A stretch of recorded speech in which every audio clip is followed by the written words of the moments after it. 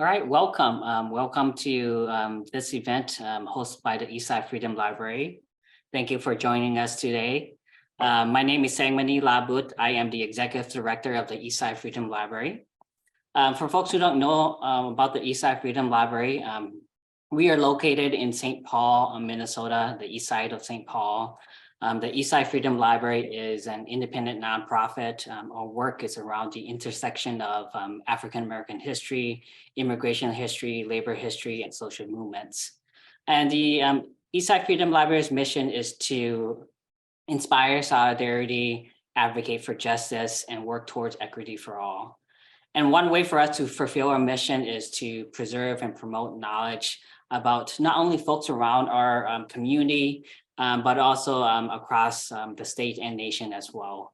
And this is done through a number of ways, through public programming, performances, and exhibits.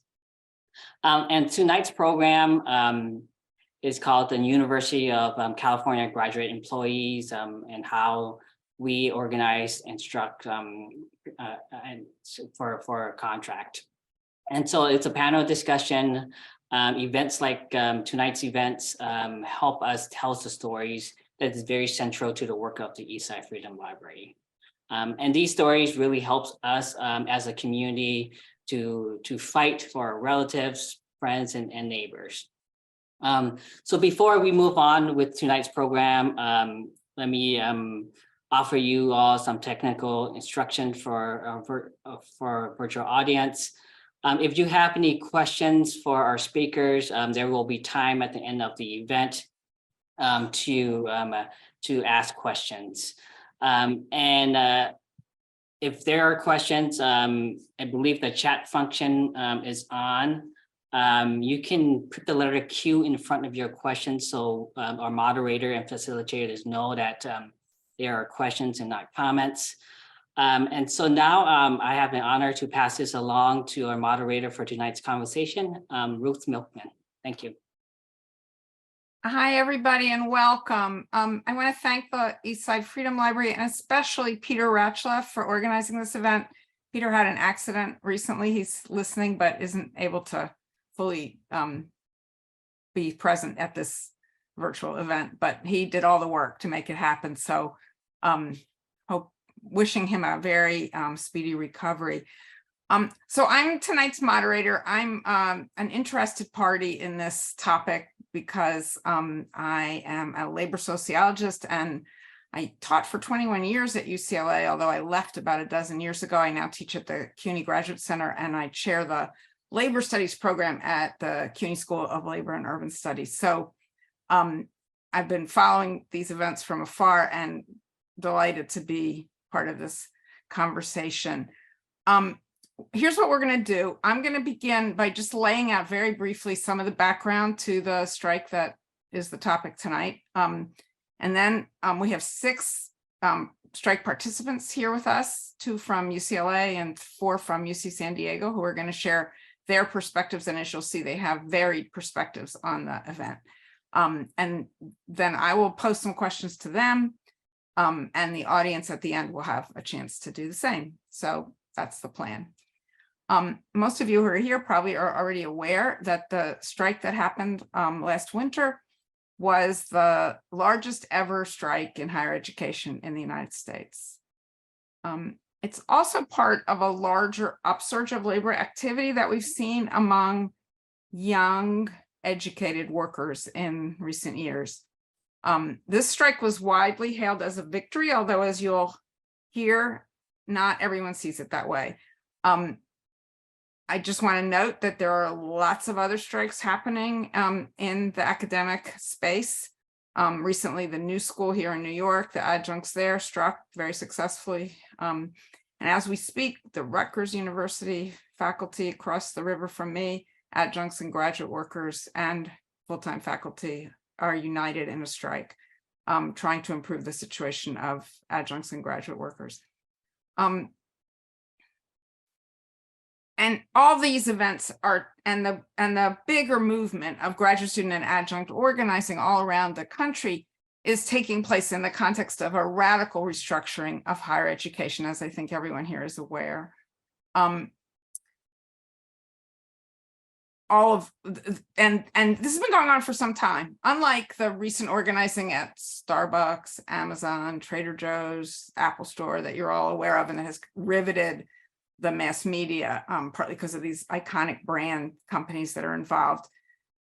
Academic worker organizing has been going on for much longer, and at the University of California for more than a quarter of a century. So at the same time, I think the dynamics that are driving the events of the strike that we're going to talk about tonight are in many ways parallel to the larger surge of interest in labor organizing among younger workers, especially educated workers. So like I said, at UC, teaching assistants have been represented by the United Auto Workers. Some people joke now that it should be called on the West Coast, the United Academic Workers. For almost 25 years, since 1999. I remember I was at UCLA when recognition was finally achieved that year. More recently, graduate student researchers and postdocs have become part of the union. And so what that means, and I think this is important for our conversation tonight, is that there's an established union infrastructure in the University of California that's part of the larger UAW. And the history of the UC UAW has many twists and turns. There's a kind of cyclical story because it seems that, as in many unions, union activity sort of peaks as contracts face their expiration dates every few years. And then once a new contract is settled with or without a strike, things kind of subside and there's a new mobilization as the next contract expires. So that's kind of been the history. And throughout it, there's inevitably turnover among the workforce because graduate students do eventually finish their degrees and leave. And so you have this kind of imbalance between the full-time staff of the union and the members who are a little bit more transient, although they don't leave that fast. It's not like Starbucks, say. Over the years, there have been a number of opposition caucuses that have come and gone, and there has been a long history of tensions between the UAW officialdom and the membership, not just in the strike that just occurred this past winter, but throughout the history of the union.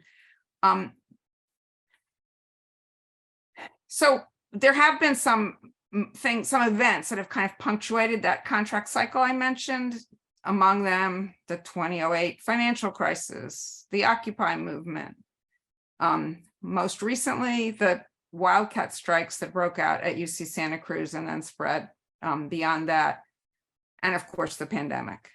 In my view, the strike last year was influenced by all of these things, and especially the wildcat strike, which was met with a draconian response by the administration, and arguably the strikers could have been better prepared for that. But whatever you think about that, the demands that were made resonated widely throughout the workforce of the University of California, and many of them, especially COLA, a cost of living adjustment, and a focus on the high rents and the high cost of living facing graduate workers, those issues were incorporated into the strike demands in 2022. So it is an important part of the backdrop, as I think our panelists will discuss. One more point, the 2022 contract was ultimately ratified by a large majority of voting members, and a majority of members did vote. Almost 40%, however, voted no, and some of them continue to feel that much more could have been won, and they remain critical of the bargaining team, which itself was closely divided at key junctures in the course of the strike. There were all kinds of things that were decided by 10-9 votes. Anyway, you'll hear tonight from people on both sides of that divide as the discussion unfolds. So I'm going to ask each of our panelists, we have 6, to introduce themselves briefly, and then I'll pose a beginning question to each of them in turn, and then we'll take it from there. So can we start with Hazel Katz from UC San Diego? Do you want to just say? Hi. Yeah. Hi, I'm Hazel Katz. I'm I am a third year MFA Masters in Fine Arts student at UC San Diego. So I'll be leaving in a few short months, which is sad because I wish I could keep organizing with the great friends I've made. I wasn't too involved in the union before the strike. I maybe got involved like 3 or 4 months before. Yeah. Okay. Matthew, you want to go next? Sure. I'm Matthew Ehrlich. I'm a seventh year PhD candidate in history, also at UC San Diego. I was involved in the union when I first got to UCSD years and years and years ago, but over the course of many years of research, I was in Spain for 2 years during the pandemic. I managed to miss a lot of the key junctures, including the Wildcat strike. I supported it from afar, but I wasn't teaching and I didn't really have much involvement. So when I got back to UCSD 2 years ago, that was when my involvement with the campus organizing committee really took off. Okay, great. Michael, would you like to introduce yourself next? Sure. Hi, everybody. My name is Michael. Like Matthew, I'm a seventh year PhD candidate in the history department up at UCLA. I'm also the campus recording secretary for the UCLA unit of UAW 2865. And I have been organizing in the union since my first year in grad school, 2016. I've been an elected officer since the spring of 2017 and remained involved through the strike. And you were a member of the bargaining team as well, which we'll hear about later. Yeah. Sorry, I meant to mention that. No, that's okay. I'm just as recording secretary. That's one of the negotiating committee or bargaining committee positions. Sorry. Okay, great. Next, Allison, would you introduce yourself, please? Yeah. Hi, I'm Allison Turner, and I am a second year PhD student at UC San Diego in computer science. And I got involved with the union and organizing in fall 2021 when I first got here. Great. Okay, and next, Hart.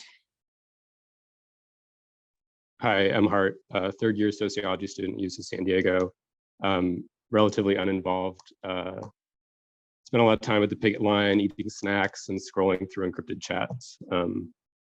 That's about it. Okay, and finally, Annie, excuse me. Hi everyone, Annie. I am a second year PhD student in community health sciences at UCLA. But it is my fourth year at UCLA because I also got my master's. So I entered UCLA in 2019, and I've been a proud union member since then, since my very first orientation. I've been a TA and a GSR all throughout. I don't hold any leadership positions, but I've just been that one person that shows up to the meetings just because. And I have been acting as the department leader for community health sciences since the strike authorization vote, which happened last year in October. Okay, great. So I want to start by posing a question to Matt, who has, along with Michael, been in graduate school among the longest of the folks on this panel. Could you tell us a little bit about what the UAW was like when you first arrived at UCSD 7 years ago and how it has changed since then in your perspective? Yes, absolutely. When I arrived, there were about 4 or 5 people in the history department, also labor historians, Chicanics activists who were very involved in making sure that the department was kept abreast of union campus doings. A lot of them were dual card carriers with the industrial workers of the world. There was really a strong sense that, at least as it was filtered through my naive gaze, that the union, being composed of educated graduate workers, was very militant and very activist.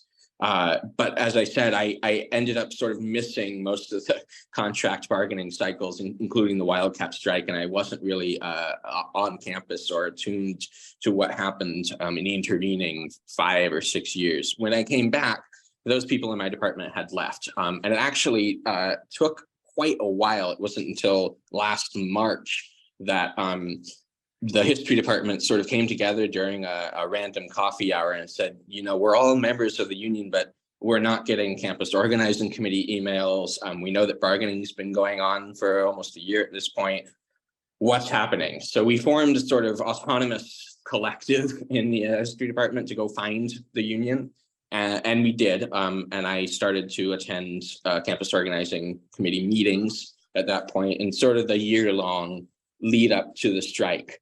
But I didn't really have a clear sense of what that strike would look like. I had heard that the Wildcat that I wasn't there for had left a lot of my colleagues cold on the UAW. When we were drumming up support for the strike authorization vote, a number of people who had been in you know, either in my cohort or the one just below and had remembered that sort of radical connection to the union had said they didn't want to participate, that they did not feel that the union was a body that could effectively lead them to core cost of living demands and wage increases. I'll leave it there because the real picture is more complicated. But that was my impression, that there was sort of this disconnect in my brain between the people that I had known when I first came in, who were my experience with the union at that point, and coming back to see it was totally changed. I didn't know anybody who was now participating in it when I came back about 2 years ago. Okay. Well, I want to turn to Hazel next, because I remember when we were talking earlier, you told the story of visiting Santa Cruz while the Wildcat was underway. Could you just talk about what your impressions were, how that affected you, and how it shaped your later involvement in the union? Yeah, so I was visiting, I applied to grad school like in 2019, and I had gotten into a few UC programs. And Santa Cruz was one of them. These were all like art and film programs. And my undergrad like advisor and mentor from way back when was a PhD student at Santa Cruz in this program. And he was like, I was like, should I come visit? It's you know, they're not paying for my flight. He was like, yeah, but don't expect anything because we're doing this Wildcat strike. And I was like, what? And he was like, but it's important that you come see what we're doing because it's historic, it's profound, it's touched all of our lives very deeply. And these were like, I don't know how many, like 200-ish, mostly PhD students at Santa Cruz who were leading this. And, you know, it was like national news every day. I was hearing about it. People were getting fired.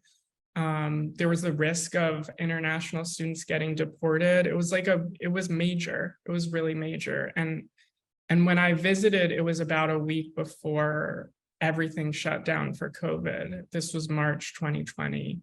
But they said, you know, we're not going to tell you anything about the program. We're taking you right to the picket line. And it was like, I was blown away. I had never seen like a mass movement like that. It was just like hundreds of people, undergrads, maintenance workers, PhD students, just like walking out of the job. And they were risking everything, like no legal protections. And, you know, when they told me why they were doing it, they couldn't afford to live in Santa Cruz. These people are commuting like an hour and a half, 2 hours every day to work. They're sleeping in like moldy basements, which like, you know, after this recent floods, like everything in California has just gotten moldier. But like, you know, these are like major issues. I have a lot of like colleagues who are dealing with like mold illnesses, but I think that's like a microcosm of like some of these battles we're dealing with housing shortages. So this COLA demand, like, I feel like connected all these all these issues across, slightly different situations. So after that, I was like, this is going to be great. I'm going to be involved in the union, and they're super militant. And then I think when I got to I decided to go to San Diego, and I had friends who graduated from here, kind of felt burnt out by like the aftermath of the Wildcat, which like, I think if COVID hadn't happened, like a lot of the fallout might have been different, but like, I think Zoom ended up being like a really effective, like picket line breaker. And I'd had a bunch of health issues, and I had like asked the union rep in my department to help out, and she was kind of useless. And I like, unfortunately used that to like dismiss the union here. So for my first 2 years of school, I was kind of like, yeah, didn't know how to like create what I had seen at Santa Cruz. Okay, so we'll come back to how that, obviously you did get involved more recently, so we'll come back to that. I want to turn to Michael, who's from a different campus and has a somewhat different view, I think, of all this. And maybe you could talk about how you first got involved in the union and your experience as a member of the bargaining team during the strike and as an elected officer. Could you just talk about how that all evolved and why you developed the views that you have? Yeah, sure. So I arrived at UCLA in my program in the fall of 2016. There was like no union presence at that time. I didn't have an orientation. I decided to go to a union meeting after Donald Trump was elected president. Like a lot of people, that was just like really shocking. I was kind of reeling. I was like, geez, what do I do? I should join an organization. I had been an undergrad at UC Santa Barbara and through the financial crisis of 2008. And so I participated in some protests as a result of that. I knew that UAW 2865 existed, so I sought them out and went to a meeting. And yeah, realized that the union up until that point had really atrophied. There were very few people involved. Membership was very, very low. Statewide, it was below 40%. On my campus, it was about 36%. So I decided to get involved with the organizing program to try to kind of rebuild the union. We had a contract campaign in 2018 where we settled a contract that many people thought was inadequate, including myself. But given where we were, we didn't have the power to win anything more at that time. On my campus, for instance, our biggest rally, that contract campaign where we had all of the southern campuses convene at UCLA, involved about 180 people. Whereas, our biggest rallies during the strike on this campus were 5,000-6,000 people, So yeah, I stayed involved. I was involved during the Wildcat, especially with trying to, as others have mentioned, the Wildcat strike didn't have any legal protections. So as folks on my campus were talking about that as an elected officer, I was, trying to figure out and communicate with people about the risks and, what we could or achieve through that, what we stood to lose. And then, yeah, as Hazel mentioned, the pandemic sort of ended all of that. And yeah, we knew in 2018 that we would have this opportunity to strike in 2022. We had also been organizing for a long time to build a brand new union for researchers. That's a really important piece of the puzzle as well. The year I started actually was the year that the UAW finally got Governor Jerry Brown at the time to sign a law that extended collective bargaining rights to student researchers who had previously been excluded from the PERB, the Public Employment Relations Board here. So yeah, the task was then to build that union, run a recognition campaign in the buildup to the strike so that we could have our contracts aligned among these 4 bargaining units heading into negotiations in 2022. I was, on the bargaining committee. We started that process in the summer of 2021, started negotiating in March of 2022. we organized a series of escalatory actions to try to build membership and engagement. We got to a point where we had, statewide majority membership, super majority membership on many campuses, a lot more people involved, robust organizing committees on most campuses. And we were just, trying to build the kind of militancy that we knew it would take to wage a super majority strike on all 10 campuses, in the largest public university system in the country. And we did that, from the bargaining tables perspective. We got a lot done, during the spring and summer, but mostly the sort of non-economic things. I mean, we sort of tried to position ourselves that it was just the core issues, as others have identified. The cost of living, wages really is the most widely felt thing. Other issues that were really important had to do with non-resident tuition, the fees that international graduate workers pay to work at the UC system, parenting issues, grievance protections. Things like that, in addition to just winning a first contract for researchers. So that's kind of where we were on the eve of the strike, is focusing on those core issues. And I think I'll leave it there for now. Okay, great. Thank you. In addition to the researchers, I gather postdocs were organized since 2018, right? So that's another group that's went through a similar process. Back in the day when I was around the UC system, I remember people thought it was hopeless to organize in the sciences more generally because everybody thought those were very conservative students, et cetera.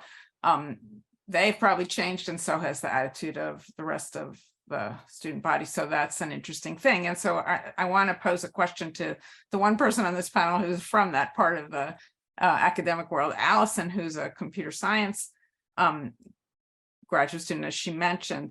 So Allison, could you talk about how the union went about organizing and mobilizing strike support among graduate workers in the STEM fields in your department and others, which was a new phenomenon this time around, as I understand it?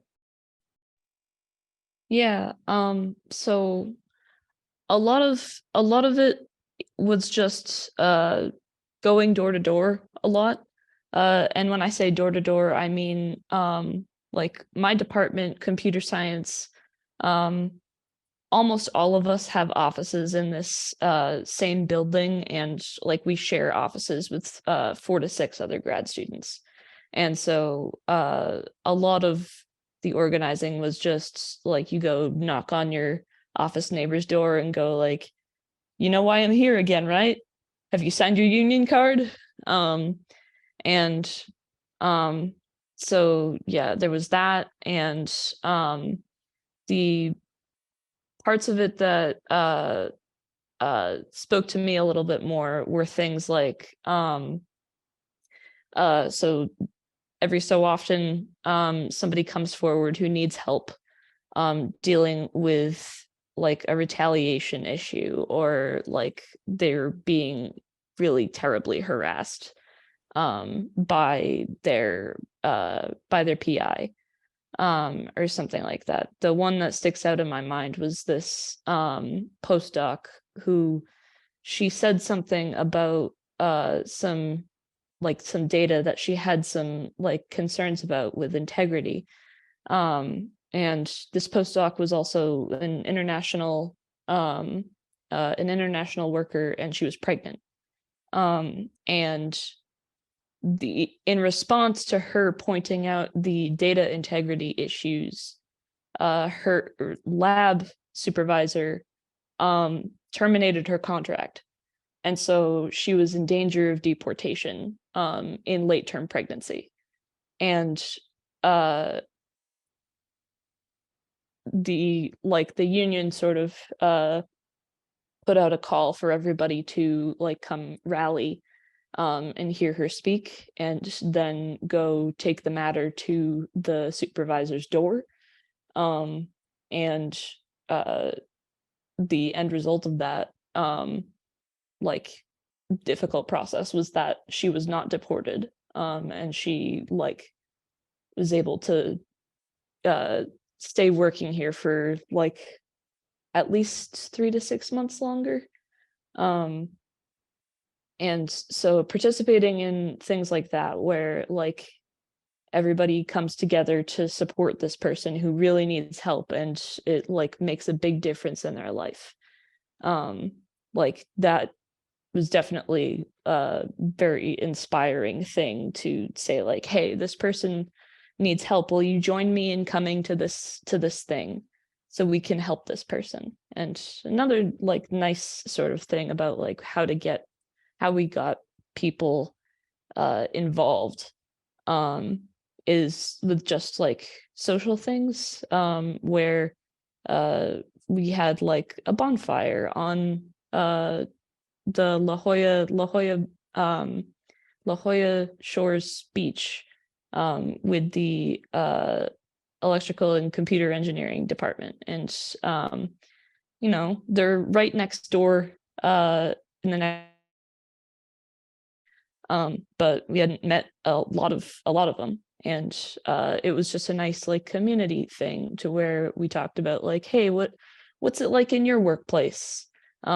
This is what it's like in my workplace. So yeah, but yeah, those are the parts that particularly spoke to me, and then a whole lot of door-to-door card signing. Okay, great.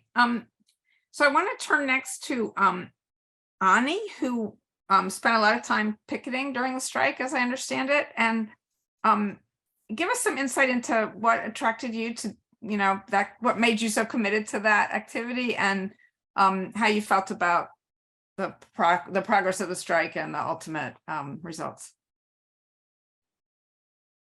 Yeah, definitely. Yeah, like I mentioned earlier, I think I was excited to come out to the picket line from the very first day, and that's where I stayed, even though I had a few injuries that I gather from just like picketing. But I think, you know, there's a few things that happened there that I think were really transformative. The first one was that we are at a university that's pretty massive, so you don't always get to know who is right next door to us, right? So I think just building solidarity and connections with folks that might be studying very different things and doing different kinds of work, but share the same working conditions was essential for us to understand what the fight was about. The second part of it is that there are really important conversations to be had with workers. As you all have heard from folks in this call, like maybe all of us were coming from different stages of development in our own organizing and in our own understanding of how this was going to work. So I think that the fact that we could, at the picket line, educate each other on what the bargaining process looks like, what to expect, and to ground ourselves in the fact that, you know, we're negotiating, right? And to negotiate, you have to give and take. And so explaining that process and collectively processing like where we're at was something that happened at the picket line. And, you know, I think for me, I have been at different picket lines for many years now. I come from a union family. So growing up, I was at the picket line with my parents when it was time to strike. And I can attest that holding the line is what it takes for workers to win more, win big. And so, you know, I think for me, it was just essential to remind ourselves that even though, you know, my own work, for example, is completely remote, I don't ever have to come to campus. I came to campus for the first time and more often during the strike than I ever did before. But I think that's what it takes to show the boss, first of all, that we're here, that we won't stop, and that we have what it takes to keep on fighting. And I think, you know, coming out of that fight, or coming out of, you know, those several weeks of not only picketing, but getting work done at the picket line, like at the picket line, we were like calling our coworkers, making sure that they knew what's happening, the latest updates, making sure that they know where to find us tomorrow, making sure they know what the location for tomorrow's rally was, right? So the work that was happening at the picket line was the work that, you know, many organizers across my campus, at least, you know, we're proud to share. And I think that for me was fundamental in my ability to make up my own mind about how I was going to vote about the contract. The fact that it wasn't the first conversation that I had about it, the fact that it had been, you know, at that point, 40 days of really dissecting every conversation, the fact that all of us were able to express like the desires that we had for our university, but at the same time, we're grounded in the reality that it is hard work, that despite how large our strike was, I could tell you it was a minority strike from my perspective.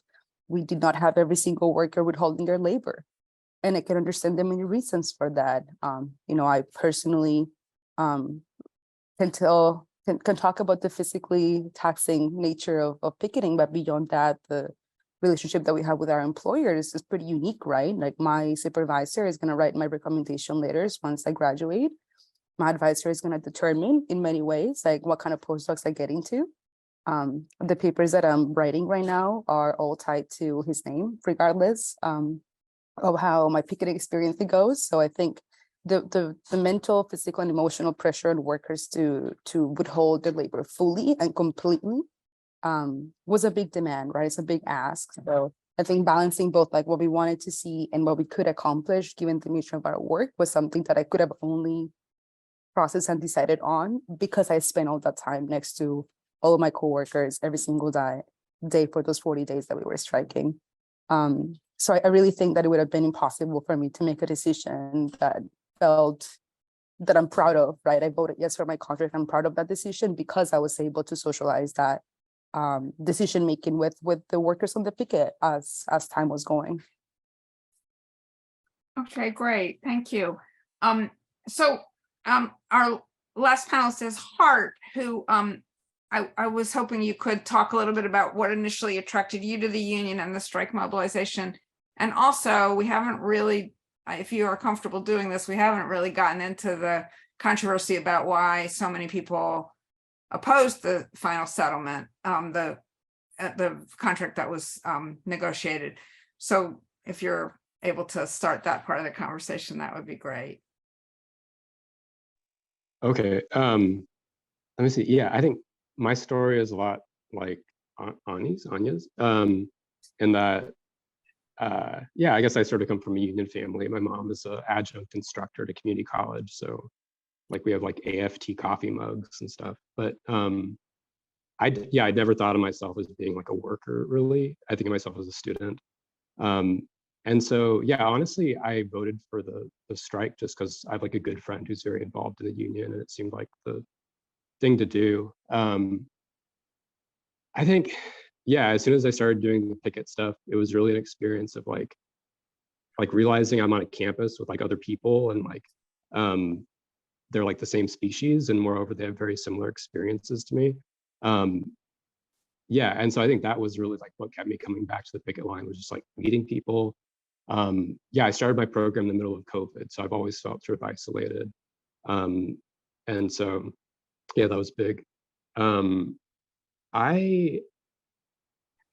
Yeah, I don't know. So I actually voted yes for the contract, even though I think most of our campus here I'm voted sorry, no. I misunderstood that from our earlier conversation. That's fine then, but talk about why. Yeah, I mean, I don't know. It's interesting. I think I'm like as informed about the issues as anybody was. Like I attended the caucuses and like read things and was on Twitter and so forth. But it really ultimately came down to like people in my department who I trusted, like telling me what to do and just kind of trusting them. So yeah, it was an interesting exercise in sort of like practical, high pressure sociology where you don't have time to do like a representative survey and see the future about what the contract's actually going to do. You just sort of trust people around you, and that's the best you can do. Yeah. Okay, so I would like to hear from, I'm sorry, I misunderstood your position in our earlier meeting, but I know that we do have 3 people on the panel, Matt, Hazel, and Allison, who did all vote no. So maybe one of you could talk about why, whoever feels like they'd like to start that conversation. And then, I mean, I don't want to spend too much time on that, but it, you know, this is the continuing controversy about the event. Go for it, Matt. Yeah, I voted no. I and many of the other, if not most of the other people on my picket, which was the arts and humanities picket, history, philosophy, literature. We all are kind of in the same building, and we're all kind of in the same boat in terms of our experience in graduate school and with work. And I want to maybe, by way of opening up the conversation between interpretations, I want to just identify a couple of things that were divides in opinion that are rooted more in material ideas. The first is there, in fact, are very different experiences on campus. At the time of the strike, with still trying to meet people from other departments, from other disciplines, we boiled it down into what later turned out to be not quite a binary, but it seemed very much like the ASEs, academic student employees, who are predominantly teaching, and generally we thought were predominantly from the humanities, got the short end of the stick with the contract. It seemed to us that this strike was really geared towards the mobilization of the picketing of the STEM fields, who we thought were generally graduate student researchers and were generally in a different boat, because the fact is that graduate student researchers, they are working on their dissertation for their work. They're paid to do work in laboratories, on computer mainframes, et cetera. Ani mentioned that they're publishing papers with your professor. That's totally different than the humanities. I can speak from history. History, our employment is completely separate than our research. So we write our papers, we do our research in our spare time. And we're not really paid for it. We also generally have 9-month contracts instead of year-round contracts. And we felt that the union leadership on campus and more generally statewide made a couple of fatal miscalculations in their bargaining. A number of people have mentioned the idea of minority strikes and having the power to win a strike. For those of us who taught, we said, we're withholding grades. I teach for a writing program on campus. Every undergraduate has to go through those writing programs. So I know for a fact that the people who are withholding grades in the writing programs, that's every freshman and every sophomore on campus who's not getting at least one of their grades. But it seemed like the bargaining team was in such a rush to settle the contract that they didn't even wait for the withholding of grades to actually have measurable power. And instead, they gauged the success or the failure of the strike purely by how many people were actually walking on the picket lines. So on the one hand, we felt that the contract didn't address the arts and humanities, it didn't address the ASE factors with our own unique working conditions. We also felt that the decisions made, I know that yes, a negotiation is a form of give and take, but every time it seemed that the bargaining team gave something on day 4, that was COLA. By week 2, that was something like a $12,000 reduction in our demands. And there was no movement from the UC on that.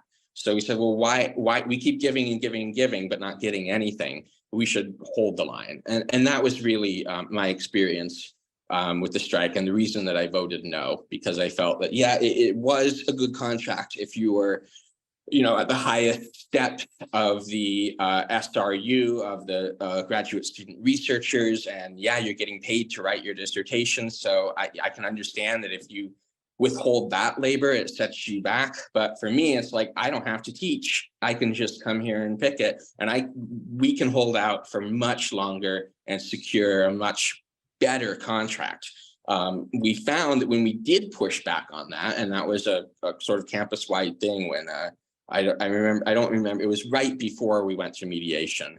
We pushed back on that contract, and that's what brought us to mediation in the first place. We thought maybe if we kept pushing over winter break, when those of us who are withholding grades are able to really sit on our grades indefinitely, that's going to pressure the UC in ways that we haven't even given them a chance to be pressured. So that was really it. There was a sense of a divide in working conditions and experiences, and finally a sense that the real power of the strike, minority though it may have been, was in the withholding of instruction and of grading. Interesting. Well, I want to turn to Allison for a minute, because she also voted no, and she is in that group that, from your perspective, would have benefited the most from what was agreed to. So maybe you could talk a little bit about why you felt the way you did, given despite that. Yeah. So just to build on what Matt said about like differing material conditions between like our types of departments. Another couple of things that factor into like how difficult it is to get by as a grad student in one department versus another. There is there are summer jobs, and then there's also like how much money the department has for like other things besides like paying people's paychecks that actually does like end up factoring into how your quality of life is. So the first one, in computer science, it's very typical for computer science PhD students and many other engineering students to take summers away from the university to go work for a company. And not only are our department pay steps at the highest tiers, that a grad student can be paid, but these summer internships pay easily a large like percentage of what you would make by staying at the university all year round. And so if you get those kinds of summer internships, you are not quite as uncomfortable as somebody in literature or visual arts. And secondly, my department also just has the money for things like I attend 2 seminar lunches every week with my research group. And when I say seminar lunches, I mean that they are catered. We do not pay for that food. So that's 2 days a week where I do not have to pay for food. And like when the cheapest lunch on campus is like $13, $15, that adds up in our favor quite a lot. And I think to add on to this, we are also like, I right now primarily TA for funding, but a lot of my peers have been GSRs for a very long time, and just do their research, and so those things I think like make the problem less urgent for folks in my department. And the reason why I voted no, even though like it's not quite as urgent for me, was just because I looked at the people in my Signal chats, in my different like organizing union related type chats. And I saw that like the people that when I had decided whether to vote, the people that I had promised to stand next to, who were on the other side of campus in a different department, they were freaking out because, there was no material difference in like what kind of like childcare they would have access to. There wasn't really any movement in like how much they'd be paid. And so like they'd still be kept in poverty. There wasn't anything to be said about like, can we get everybody 12-month appointments so that way they do have that security over the summer? And on a personal note, the like access needs article was pretty important to me personally, because like I have a neurobehavioral condition that it would have been nice to have the Office of Student Disabilities like train my advisors on how to work with a PhD student who has that neurobehavioral condition. Office of Student Disabilities and the professional side, both, I would have had to fight them to get them to do it. And so I ended up devising and delivering my own training workshop, which was like, first of all, I'm not a professional. And second of all, that was pretty taxing. And third of all, like, I'm very lucky that I had the kind of advisors that would sit through that. And one of the access needs demands that was originally on the table was supervisor training. That would have meant that I wouldn't have had to do that people in the future wouldn't have to do that. And it just got axed. And the attitude was like, yeah, I know that sucks, but I guess we got to keep on going. And just like, that would have saved me months of anxiety with my advisors, anxiety that has like major impact on like, you know, whether I have to TA for funding, or whether whether they judge my work to be good enough to be paid as a GSR. Like whether I am like put on like probation status in my spring review, based on like their perception of my neurobehavioral condition. And so, yeah, it was a combination of like, I understand solidarity to mean that I promised to stand with the people in the arts and humanities and social sciences too, and they were freaking out. And like, I have a personal understanding of like how gutting it is to have just one of those things axed. And so I couldn't in good conscience vote for either. Okay, thank you. I want to give Michael a chance to respond to all this, since he was sort of on the other side of this divide, and maybe talk about why things evolved the way they did. And we can do a little more back and forth on this if there's time. There will be time for questions from the audience as well, but we have a little more time for the panelists first. Yeah, if it's all right with you, Ruth, I might ask Ani to speak, just because she has to leave us in a minute or two. Oh, okay, sure. Yeah, for sure. I think I definitely understand the part about different departments and different workers having really different conditions. And I think I can speak to maybe like what folks are mentioning, like the challenges, the material challenges of being a graduate student, and how life-changing this contract actually was. Like, I came into my program with a $15,000 a year stipend, like $15,000 a year stipend. I was expected to live in $15,000 years. I'm saying it 3 times because it's pretty ridiculous. And that is the norm in my department. When I said I write papers with my advisor, I do it at night because, like I mentioned before the call, I have a GSR that pays my bills. Like, I have a 50% GSR appointment. So I work 20 hours a week on research that's not for my betterment or for my graduation purposes. I also have had to apply for so you have a limit to the number of hours you can work, at least on my campus. So I've had to ask for permission to work overtime just to be able to pay the bills.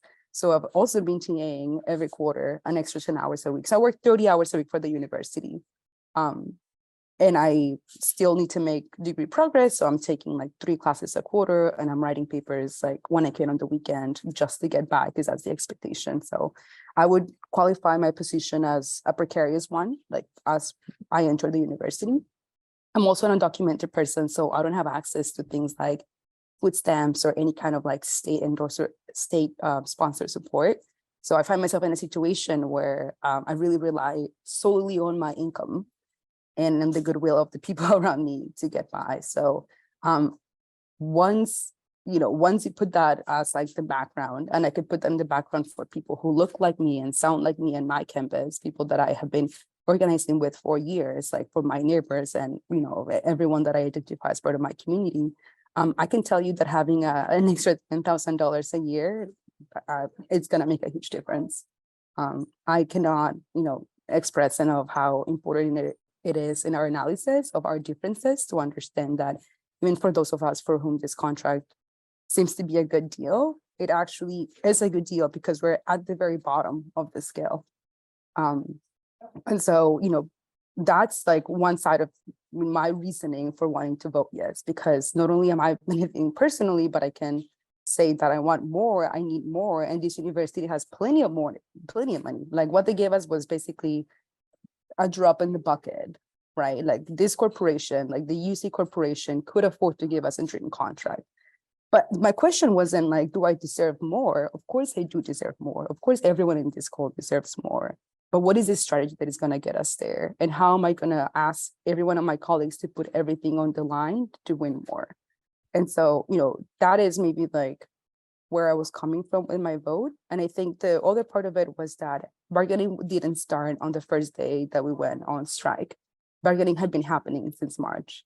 And in every one of the Zoom calls that I got on since March, again, just as a rank and file member who didn't know very much about, how things were going to move forward, I didn't know the strategy behind it. I saw the same behavior from the university over and over and over again. There was nothing for us to concede on because we had nothing. The university has everything, and they have to concede, right? So that's the position of power that we're in. We're not losing things.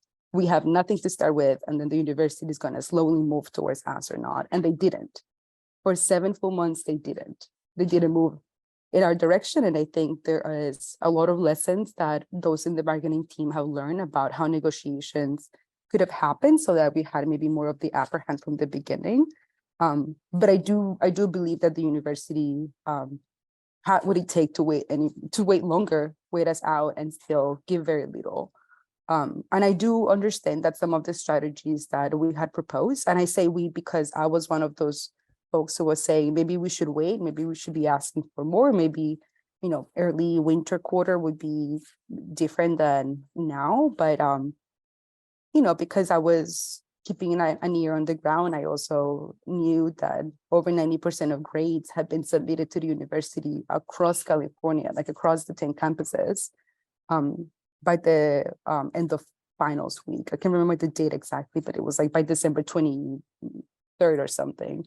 90% of it had already been submitted. So, if that bargaining chip was lost, I didn't have really confidence that there was much that was going to force the university to move towards us. So I think, again, the equation wasn't ever for me about like, what is the union or the bargaining team doing? Is like, what is the university stand and how can we get more from them? But their behavior, and even now, even post-contract, continues to be union busting right and left. So having walked away from that difficult, long fight, like months-long fight with a life-changing contract personally, and for folks that, share my positionality, I think is something that I just don't take for granted. And, now post-strike, I continue organizing for the things that we didn't win just yet. But, we have weekly calls with people across the state, for example, on NRST. At this point, NRST is just like sort of like more research about how NRST can be something that we win in 2025. That's something that would benefit me personally and other people across the state. But I'm not upset that we didn't get it, right? I just think that this process of fighting the largest landlord employer of the state of California, it's something that takes a lot of us, takes basically all of us mobilized strongly, fiercely, and very disciplinedly. And I think that's where we're at today. We have lessons that we took away, but we also have, and I just want to say one more time, like life-changing things that for those of us who are most marginalized mean more than that I can tell you right now. Thank you. And I know you have to leave us soon, but I appreciate that perspective. I want to give Hazel a chance to say her piece, and then maybe after that, we'll open it up to the audience. Yeah, where should I start? I think for me, I can speak to why I voted no and organized for a no vote. I think, yeah, from being out on the picket line and also just from talking to my friends and colleagues and meeting people through the strike, people, we still haven't gotten our raise yet.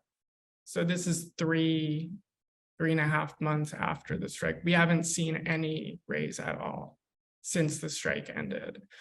We're supposed to get our paycheck on May 1st. So we knew that this wasn't going to be immediate. We're getting a small raise in May 1st and then another raise in October. But yeah, we're one of the lowest paid departments in visual art, and people were like, we're gonna drop out of school if like immediately, if we don't get if we're not gonna get a substantial raise in spring quarter. And I was like, oh, really? I was like, oh, okay, that makes sense. Like my average monthly paycheck is $1,900 and my rent is $1,300. So do the math. It's like, if when we get our raise of $100 more a month, it's not going to meaningfully like impact many of my colleagues' lives. And like, these are people who can't hold on like through an unpaid summer with, you know, like a minuscule raise and unpaid summer until October. People just can't. People are leaving. They can't hold on like this. And in all the movement work I've done in my life, you know, this is my first time in a union, but I've been in a lot of organizing contexts, and you fight for the most precarious person in your coalition. You fight for the lowest paid worker. You take leadership from them. It's not just about fighting for them, you take leadership from them. So yeah, I felt like, I mean, what Matt said about grading, like we didn't even have to, when the strike ended, or when the tentative agreement was ratified or put up for a vote, like we weren't even working. It was Christmas break.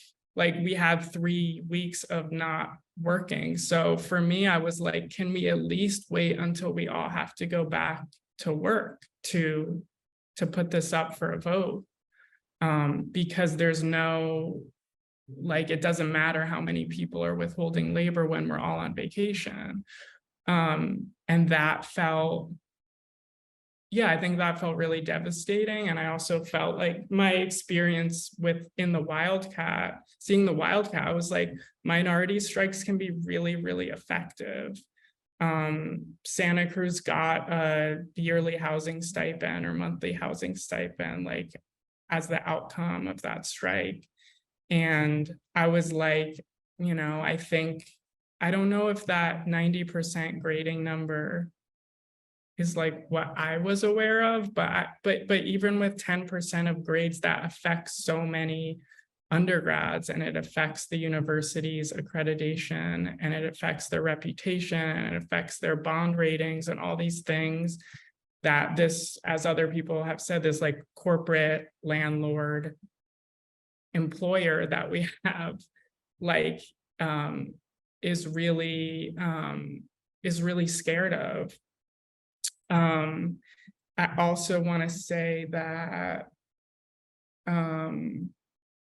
I think just going back a little bit, like the union, I ended up like organizing with my department kind of like by accident, just because people were dealing with like abusive instructors and bosses. And so we had built a little group around that. And like we had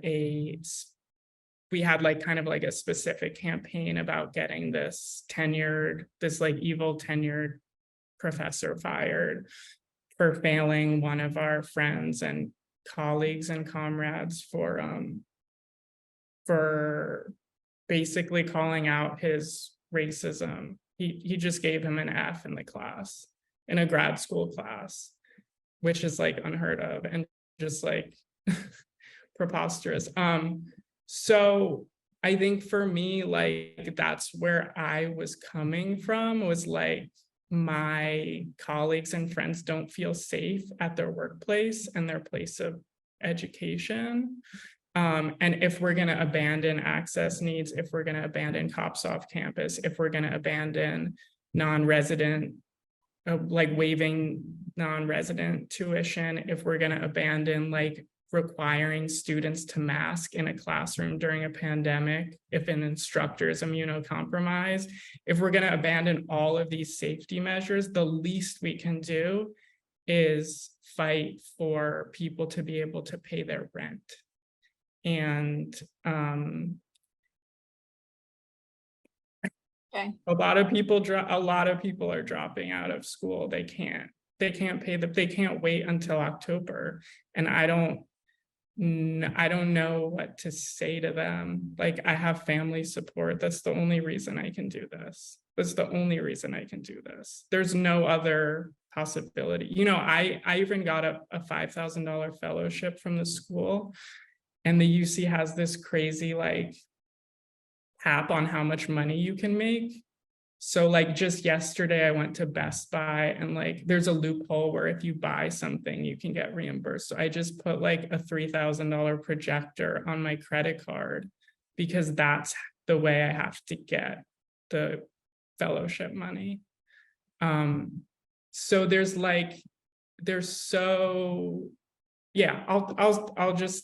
leave it at that. Okay, thank you. Yeah. I want to give Michael a chance to respond since he sort of passed the baton last time, and then Allison has her hand up, and then we'll take the questions in the chat. Just Yeah, be mindful that we only have 20 more minutes, so try to. Yeah, I can respond to John's question as part of my piece, if that helps move things along. So, yeah, I mean, it's a really central question. The point of peak power, you know, in a contract campaign, when does a group of workers, when does a union have the most power, the most leverage over the employer? And for us, at least with part of the group of workers who are on strike, because we had, you know, 4 bargaining units, 3 of which are primarily involved in research work, you know, working in labs or other research settings, and then the academic student employee bargaining unit, of which I was a part, which is, you know, teaching labor, tutoring, graders, and teaching assistants, people who run discussion sections, you know. And so for us, it is the end of the quarter, you know, that's when the grades are due and when we have a lot of leverage. I think there are like two schools of thought about this, which is, you know, some people believe that the union is never more powerful than the eve of the strike.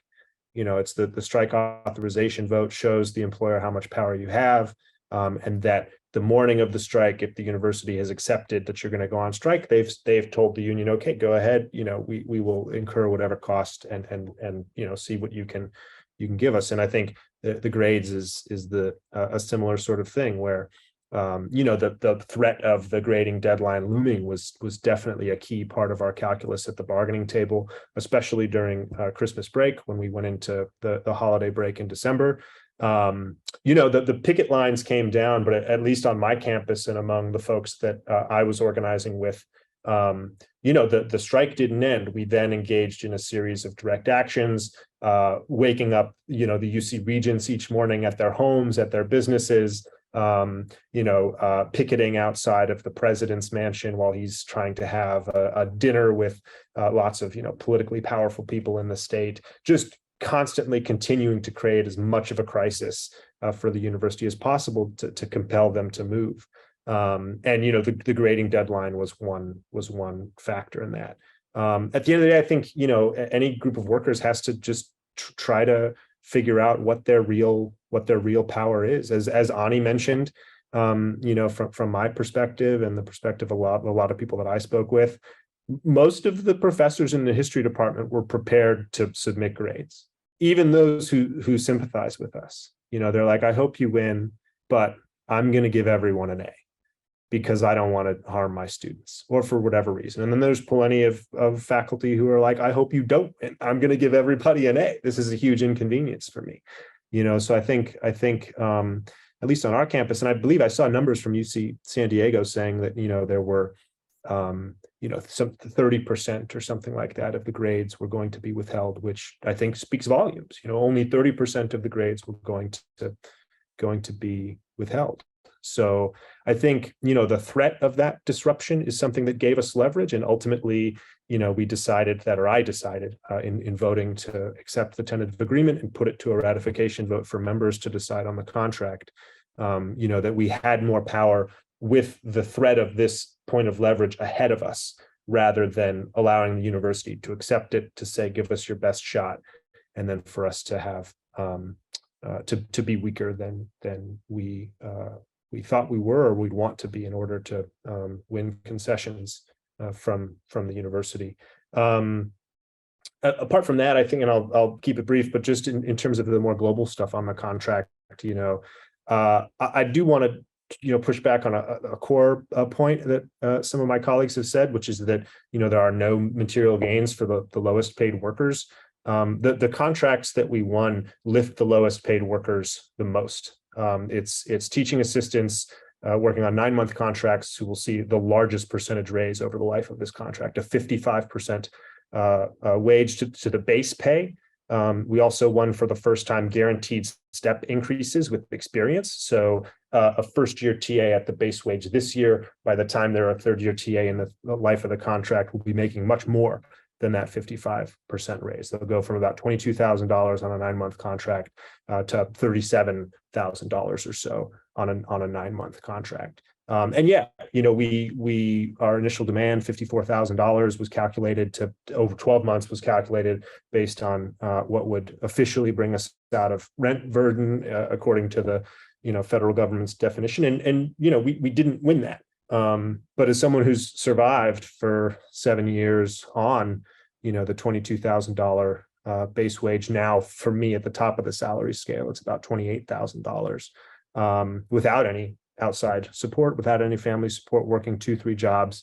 Like the ability to make $34,000 as a base wage is just life-changing. And I think for me and the people I know, that's just the reality, that's a hugely significant amount of money. And it's the lowest paid workers who see the largest raise, as opposed to folks on the GSR side working in research settings who already were making more, already have 12-month contracts. They see significant raises too, because they were underpaid. But the biggest impact is in lifting the lowest paid workers up.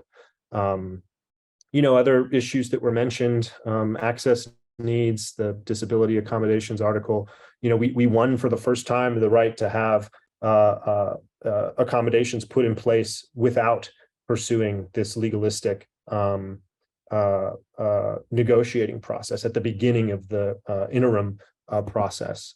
We now have the right to force the university to make accommodations to workers who have access needs, which is a huge, it's not what we had initially hoped to win, but it is a huge movement. So I think it's just a matter of perspective. I agree with Ani that workers deserve everything. We deserve the world and more. But unfortunately, collective bargaining isn't about demanding what you deserve. It's about clawing what you can from capital, and that is a really difficult thing. And in that context, you win what you can with the power that you have, and then you continue organizing and live to fight another day. That kind of gets to Peter's question as well about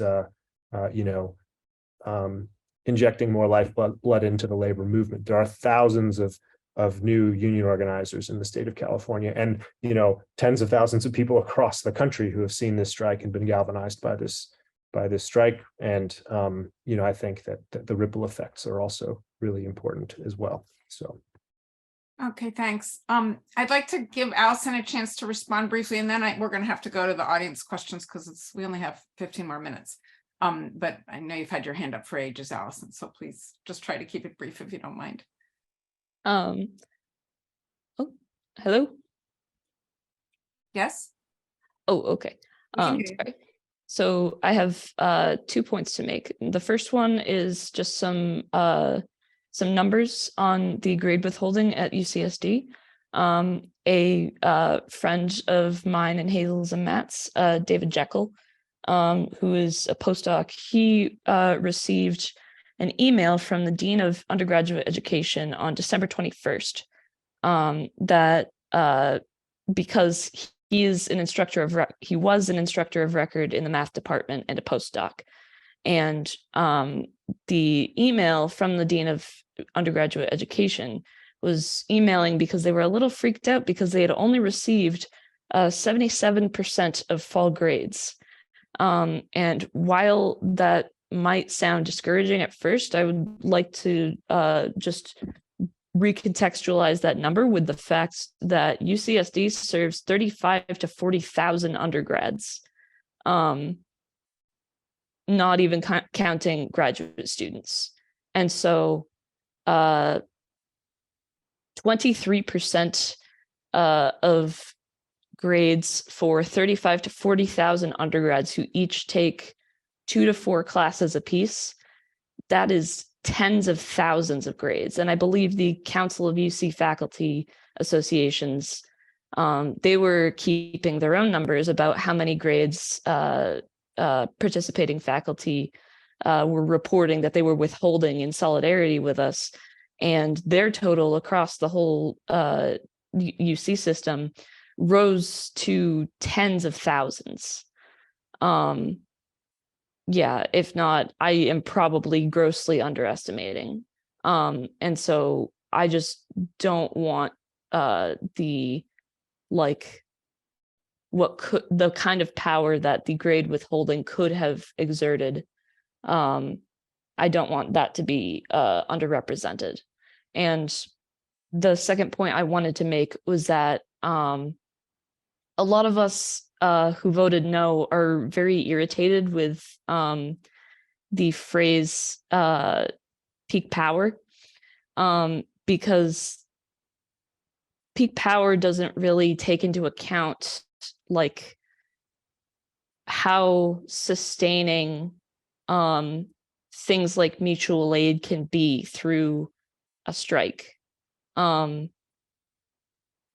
Like the way that we get through a long haul strike to get what we need in order to survive is by like cooking food for each other and like, you know, offering each other like rides, offering each other money. That's how strikes have been succeeding for a long time. And that's how like a long haul strike in our case would have to succeed too. And so like, you know, I think that Michael said like, you know, a union is most powerful the day before a strike. A lot of us do not think that is the case, and that we had the potential to like build even more friendships and find even more like people to do mutual aid with, and bring more faculty into the fold. And that was not something that like we had planned for in the union infrastructure before the strike. And that's why a lot of us are now like kind of dissatisfied with the union and are instead turning to like, how can we build our own mutual aid networks? Okay, thank you. All right, so we only have a few more minutes, but let's start with some of the questions. They're in the chat if you want to read them, but I'll read out the ones I can see. The first one was from George Hoagland, who asks, for any student who wants to answer, how did your faculty support you during the strike? Of course, they might not have supported you, but anyway, that's his question. And how have things changed with those faculty now that you have a new contract? Does somebody want to address that? Matt? Yeah, I think that in the history department, at least, our faculty is quite radical, and they supported the strike in kind of broad theory.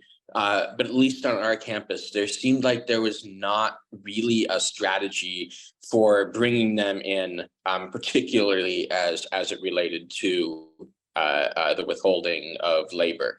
As Michael pointed out, a lot of faculty with, you know, the best will in the world just thought, well, I don't want my students to suffer. And that's something I think that, you know, for future strikes is really, really important to internalize that memory, institutionalize that, and going forward in 2025 to really make sure that the faculty are on board with this. And you know, and not to relitigate what all the other of my colleagues have been hashing out, but that's kind of my takeaway for the strike is, you know, yeah, mistakes were made. We didn't get everything that we wanted.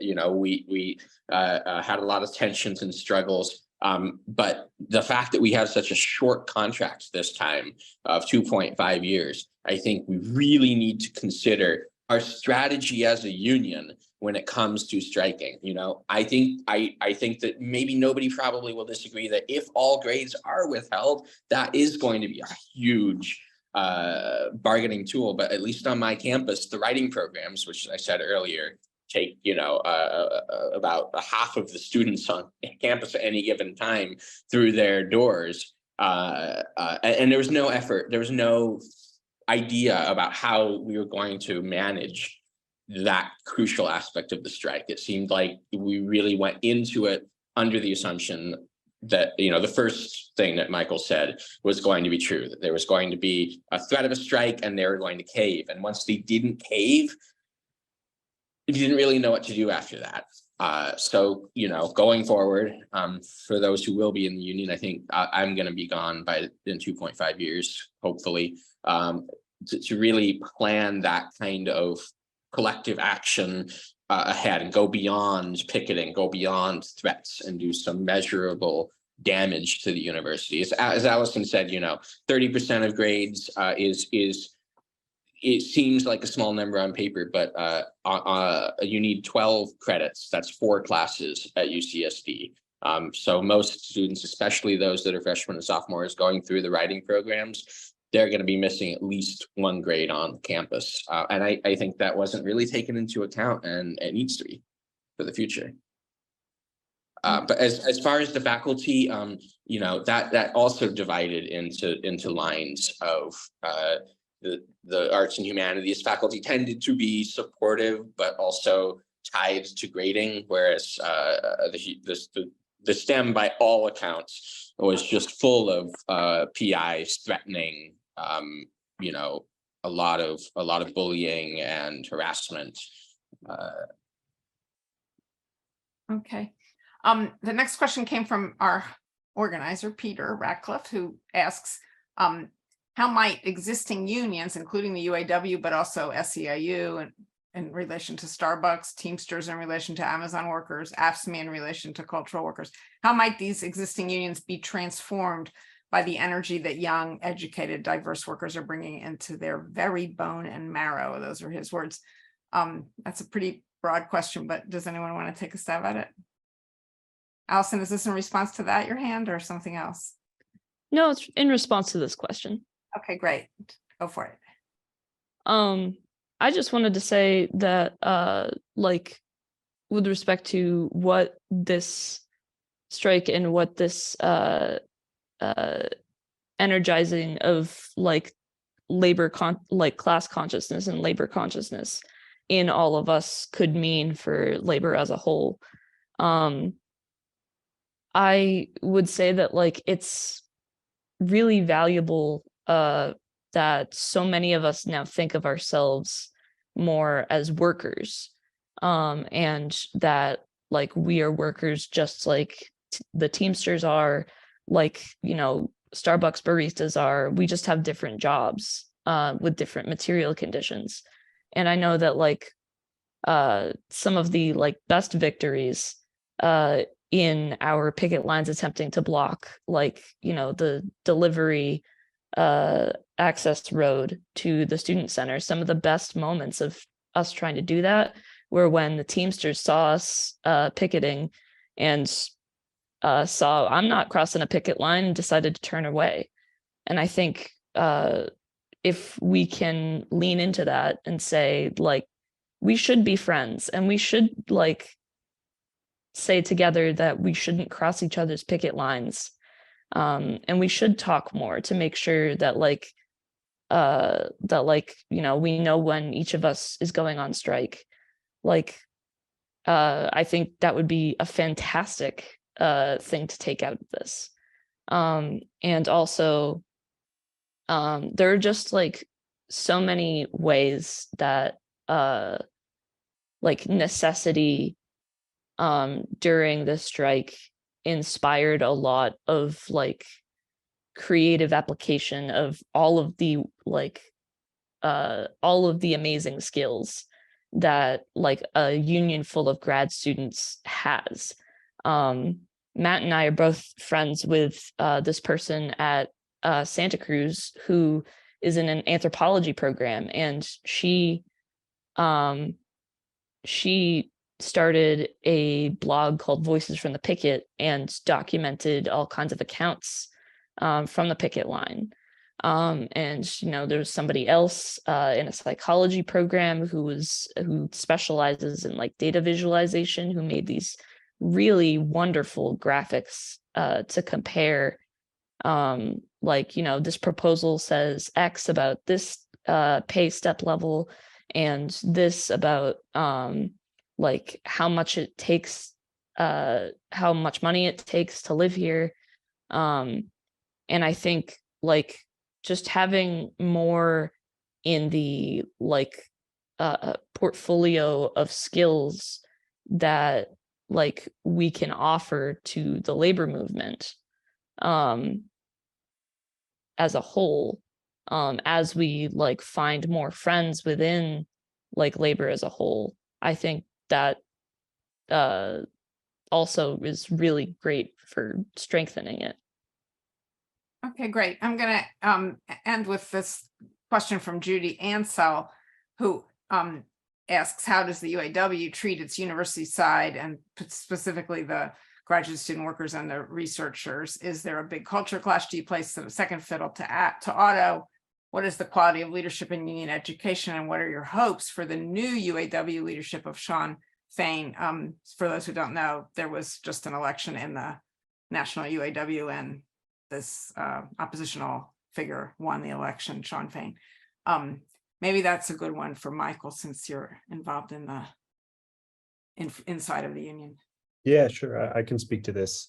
So one of the really amazing things that's happened in my time in the union is that we've essentially reconstituted the region structure of the UAW to really give not just academic workers on the West Coast, but all workers in auto and other sectors in the West Coast more of a voice. When I first got here, we really were kind of like the stepchildren. The people in the International didn't want to talk to us, didn't want to deal with us. You know, they just wanted to pretend we didn't exist. In fact, at one point, they started scheduling our region meetings in Florida. So, you know, just as kind of an indication of how much they valued our presence. That was after we kind of crashed a region meeting that took place in Long Beach, where we brought a bunch of members to oppose something that the region was doing, and made it kind of impossible for them to make this decision behind closed doors, because we had 100, you know, workers there to tell them they wanted something different. So now we have a new region, it's called Region 6, where we're together with not just academic workers on the West Coast, but also auto workers, workers. We represent workers who work for unions, for instance, workers who work in different office jobs. Yeah, with the new blood, with, you know, Shawn Fain and the Workers for Democratic Union slate coming into power, I think it's a really exciting time for the UAW International, just as it's an exciting time for the the labor movement more broadly. We do have a founding member of our union is now on the International Executive Board, the first academic worker to be on the International Executive Board, which is really exciting. So I think it's cool that, you know, people like us are going to be have a larger voice in this huge, you know, behemoth of the labor movement that has for too long, you know, been too cautious, too conservative, too concessionary. And I think, yeah, it's a really exciting time. And one of the great things about, you know, the dissent that you all have seen here is just, if nothing else, it just shows how engaged people are. Like Allison said, we see each other as workers. We realize that we do have the power to change the world. And with all the things going on in the world right now, I think that's a really important moment of consciousness raising. So. Well, that seems like a perfect note to end on. So thank you. And I want to just thank everyone who spoke and contributed to this. It was a really worthwhile discussion. And I know it's being recorded, so we can circulate it more widely beyond the people who were able to join us tonight. So thanks again to Peter for organizing us, and to everyone who's here. We are at time. We're actually a little over time, so I think we have to stop now. Thank you. Bye. Thanks, everyone. Thank you. Thanks so much.